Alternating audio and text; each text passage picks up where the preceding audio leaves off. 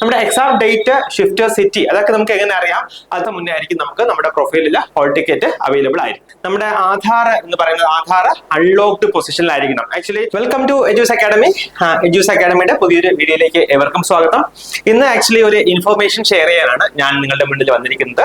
അതായത് നമ്മുടെ RRB nursing സൂപ്പറിണ്ടന്റ് exam അല്ലേ, അതായത് എനിക്ക് തോന്നുന്നു ഒരു 6 മാസത്തിലേറെയായി അതിന്റെ നോട്ടിഫിക്കേഷൻ വന്നതിന് ശേഷം.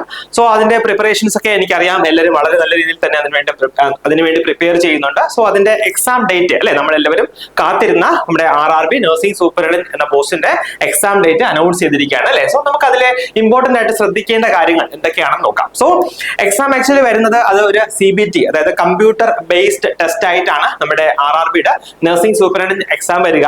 സോ എക്സാം ഡേറ്റ്സ് വരുന്നത് നിങ്ങൾക്ക് കാണാമല്ലോ, ഏപ്രിൽ മാസം, അതായത് അടുത്ത മാസം ഏപ്രിൽ 28 മുതൽ ഏപ്രിൽ 30 വരെ 3 ദിവസങ്ങളിലായിട്ടാണ് എക്സാം നടക്കുക. അത് അറിയാം, കമ്പ്യൂട്ടർ ബേസ്ഡ് ടെസ്റ്റ് ആണ്. അപ്പൊ ഓരോ ദിവസവും 2 ഷിഫ്റ്റ് ഉണ്ടാകും. സോ അങ്ങനെ ഷിഫ്റ്റ് വൈസ് ആയിരിക്കും നമ്മുടെ എക്സാം നടത്തപ്പെടുക. അപ്പം എന്താണ്, ഇനി ഏകദേശം ഒരു മാസമേ നമ്മുടെ കയ്യിലുള്ളൂ. വളരെ നന്നായിട്ട് തന്നെ എല്ലാവരും പ്രിപ്പയർ ചെയ്തോളൂ. മാക്സിമം നന്നായിട്ട് പഠിക്കുക, റിവൈസ് ചെയ്യുക. അതുകൂടാതെ തന്നെ ക്വസ്റ്റ്യൻസ് ഒക്കെ വർക്ക്ഔട്ട് ചെയ്ത് തന്നെ പഠിക്കുക കേട്ടോ. അപ്പം നമ്മുടെ എക്സാം ഡേറ്റ്, ഷിഫ്റ്റ്, സിറ്റി അതൊക്കെ നമുക്ക് എങ്ങനെ അറിയാം? അത് നമ്മുടെ പ്രൊഫൈലിൽ തന്നെ ഉണ്ടാകും. പക്ഷെ അതൊരു 10 ദിവസം മുന്നേ മാത്രമേ നമുക്ക് നമ്മുടെ എക്സാം ഡേറ്റ് കൃത്യമായിട്ട് എന്നാണ്, 28 ആണോ 29 ആണോ 30 ആണോ എന്നുള്ളത്, കൂടാതെ ഷിഫ്റ്റ് ഫസ്റ്റ് ഷിഫ്റ്റ് ആണോ സെക്കൻഡ് ഷിഫ്റ്റ് ആണോ, അത് മാത്രമല്ല ഏത് സിറ്റി ആണ് നമുക്ക് എക്സാം സെന്റർ ആയിട്ട് അലോക്കേറ്റ് ചെയ്തിരിക്കുന്നത് അല്ലെങ്കിൽ അലോട്ട് ചെയ്തിരിക്കുന്നത് എന്ന് നമുക്ക് 10 days ബിഫോർ ആയിരിക്കും അറിയാനായിട്ട് കഴിയുക. കൂടാതെ ഞാൻ പറഞ്ഞല്ലോ, 3 ദിവസങ്ങളിൽ 2 ഷിഫ്റ്റ് ആയിട്ടായിരിക്കും എക്സാം നടത്തപ്പെടുക. ഹോൾ ടിക്കറ്റ് നമുക്ക് 4 ദിവസം, നമ്മുടെ എക്സാം ഡേറ്റിന് 4 ദിവസം മുന്നേ ആയിരിക്കും നമുക്ക് നമ്മുടെ പ്രൊഫൈലിൽ ഹോൾ ടിക്കറ്റ് അവൈലബിൾ ആയിരിക്കാം. പിന്നെ ഒരു കാര്യം, ആക്ച്വലി ഞാനിത് നേരത്തെയും പറഞ്ഞിരുന്ന കാര്യമാണ്, നമ്മുടെ ഐഡന്റിറ്റി പ്രൂഫ് ആധാർ കൊടുത്തിരുന്നവരെ ആ ആധാർ ഒതന്റിക്കേറ്റ് ചെയ്തിട്ടായിരിക്കണം നമ്മൾ എന്ത് ചെയ്യുക, എക്സാമിന് പോവുക. അല്ലെങ്കിൽ അത് ഇപ്പൊ തന്നെ ഇൻ കേസ് നിങ്ങൾ ആധാർ ഒതന്റിക്കേറ്റ് ചെയ്തില്ല എന്നുണ്ടെങ്കിൽ നിങ്ങൾക്ക് അതിപ്പോ തന്നെ ചെയ്യാനുള്ള അവസരമുണ്ട്. കൂടാതെ തന്നെ നമ്മുടെ ആധാർ എന്ന് പറയുന്നത് ആധാർ അൺലോക്ഡ് പൊസിഷനിലായിരിക്കണം. ആക്ച്വലി ഇതിന്റെ ഒരു വീഡിയോ, ഡീറ്റെയിൽഡ് ആയിട്ടുള്ള ഒരു വീഡിയോ ഞാൻ ചെയ്തിരുന്നു. ഇപ്പം ഇൻ കേസ് നിങ്ങൾ ആധാർ അൺലോക്ഡ് അല്ല എന്നുണ്ടെങ്കിൽ അത് എങ്ങനെ നമുക്ക് അൺലോക്ക് ചെയ്യാം എന്നുള്ളൊരു വീഡിയോ ഞാൻ ചെയ്തിരുന്നു. അതിന്റെ ലിങ്ക് ഞാൻ ഡിസ്ക്രിപ്ഷനിൽ കൊടുത്തേക്കാം. അപ്പൊ ഇൻ കേസ് നിങ്ങൾ ആധാർ അൺലോക്ക് ചെയ്തിട്ടില്ല എന്നുണ്ടെങ്കിൽ നിങ്ങൾക്ക് ആ വീഡിയോ കണ്ടതിന് ശേഷം അതുപോലെ അൺലോക്ക് ചെയ്യാം. അത് മാത്രമല്ല, ഇൻ കേസ് നിങ്ങൾക്ക് ഡൗട്ട് ഉണ്ടെങ്കിൽ അൺലോക്ക് ചെയ്തിട്ടുണ്ടോ എന്ന് ടെസ്റ്റ് പരിശോധിച്ചതിന് ശേഷം മാത്രം നിങ്ങൾക്ക് എക്സാം സെന്ററിൽ പോകാം. അല്ലെങ്കിൽ അവിടെ നമുക്ക് അൺനെസസറി ആയിട്ട് കുറച്ച് ടൈം വേസ്റ്റ് ചെയ്യുമായിരിക്കും. അപ്പൊ നമ്മുടെ എക്സാം പാറ്റേണിനെ കുറിച്ച് പറയുകയാണെങ്കിൽ, എക്സാം പാറ്റേൺ ഞാൻ പറഞ്ഞതുപോലെ കമ്പ്യൂട്ടർ ബേസ്ഡ് ടെസ്റ്റ് ആണ്. 100 മൾട്ടിപ്പിൾ ചോയ്സ് ക്വസ്റ്റ്യൻസ് ആണ് ഉണ്ടാവുക. അതായത് 4 ഓപ്ഷൻസ് അല്ലെങ്കിൽ 4 ഡിസ്ട്രാക്ടേഴ്സ് വരുന്ന 100 MCQs ആണ് ഉണ്ടാവുക.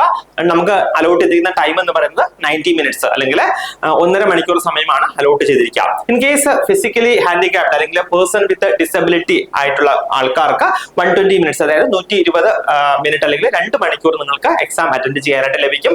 കൂടാതെ അതിന്റെ സ്കോറിംഗ് ക്രൈറ്റീരിയ പറയുമ്പോൾ നമ്മുടെ ശരി ഉത്തരത്തിന് 1 മാർക്കും കൂടാതെ നെഗറ്റീവ് മാർക്കും ഉണ്ട് കേട്ടോ. വളരെ ഇമ്പോർട്ടന്റ് ആണ്, നിങ്ങൾ ശ്രദ്ധിച്ചോണം. നമ്മൾ അഡിക്വേറ്റ് ആയിട്ടുള്ള പ്രാക്ടീസ് ഉണ്ടെങ്കിൽ മാത്രമേ നമുക്ക് നെഗറ്റീവ് മാർക്ക് ഒഴിവാക്കാനായിട്ട് കഴിയത്തുള്ളൂ. സോ നെഗറ്റീവ് മാർക്ക് ഉണ്ട്. 3-1 മാർക്ക് അല്ലെങ്കിൽ 0.33 മാർക്സ് നെഗറ്റീവ് ആയിട്ട് അല്ലെങ്കിൽ റോങ് ആൻസേഴ്സിന് ഡിറ്റക്ട് ചെയ്യപ്പെടും. അതുകൊണ്ട് വളരെ നല്ല പ്രിപ്പറേഷനോട് കൂടി വേണം നിങ്ങളുടെ എക്സാം എഴുതാൻ. കൂടാതെ 1-2 കാര്യം കൂടി ഞാൻ RRB എക്സാമിനെ കുറിച്ച് പറഞ്ഞോട്ടെ. അറിയാമായിരിക്കും, അതിന്റെ വേക്കൻസീസ് നോട്ടിഫിക്കേഷൻ വന്ന സമയത്ത് അല്ലെങ്കിൽ എക്സാം നോട്ടിഫൈ ചെയ്തിരുന്നപ്പോൾ ഉണ്ടായിരുന്ന വേക്കൻസീസ് എന്ന് പറയുന്നത് ഏകദേശം 714 വേക്കൻസീസ് ആണ് അല്ലെ. ഇപ്പം ഞാൻ പറഞ്ഞല്ലോ, ഏകദേശം ഒരു 6 മാസം കഴിഞ്ഞിട്ടുണ്ട്. അപ്പൊ എന്താണെങ്കിലും വേക്കൻസീസ് അതിനേക്കാൾ കൂടുതൽ ഉണ്ടാകും. അതുകൂടാതെ തന്നെ നമുക്ക് RRB അല്ലെങ്കിൽ റെയിൽവേയിൽ ജോലി കിട്ടിക്കഴിഞ്ഞാലുള്ള ആനുകൂല്യങ്ങൾ, ശമ്പളത്തിന് പുറമെയുള്ള ആനുകൂല്യങ്ങൾ നിങ്ങൾക്കൊക്കെ അറിയാമായിരിക്കും അല്ലെ.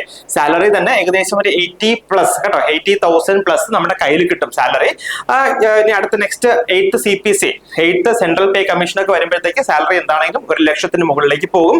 അപ്പോൾ നമ്മുടെ കൈ നിറയെ സാലറി, കൂടാതെ ഒരുപാട് ആനുകൂല്യങ്ങൾ, നമുക്ക് യാത്രയ്ക്കുള്ള ആനുകൂല്യങ്ങൾ, കൂടാതെ ഒരുപാട് ഫാമിലി ബെനിഫിറ്റ്സ്, ട്രീറ്റ്മെന്റിനുള്ള ആനുകൂല്യങ്ങൾ, അതിന് ഒത്തിരി ബെനിഫിറ്റ്സ് ഉള്ള ഒരു പോസ്റ്റ് ആണ് RRBയിലെ നഴ്സിംഗ് സൂപ്പറിണ്ട് എന്ന് പറയുന്ന പോസ്റ്റ് കേട്ടോ. അപ്പം ഞാൻ പറയാൻ ഉദ്ദേശിച്ചത്, നിങ്ങളെ സമയം കളയാതെ എത്രയും പെട്ടെന്ന് നല്ല രീതിയിൽ നമ്മുടെ സ്റ്റഡിയുടെ ഗിയർ ഒക്കെ ഒന്ന് മാറ്റി കുറച്ച് ടോപ്പ് ഗിയറിലേക്ക് ഇട്ടിട്ട് നല്ല ഫാസ്റ്റ് ആയിട്ട് ആത്മാർത്ഥമായിട്ട് പഠിക്കുക. നല്ല രീതിയിൽ പഠിച്ച് എല്ലാവർക്കും വിജയിക്കാനുള്ള എല്ലാ അവസരങ്ങളും ലഭിക്കട്ടെ എന്ന് ഞാൻ ആശംസിച്ചുകൊണ്ട് നിർത്തുന്നു. നന്ദി, നമസ്കാരം.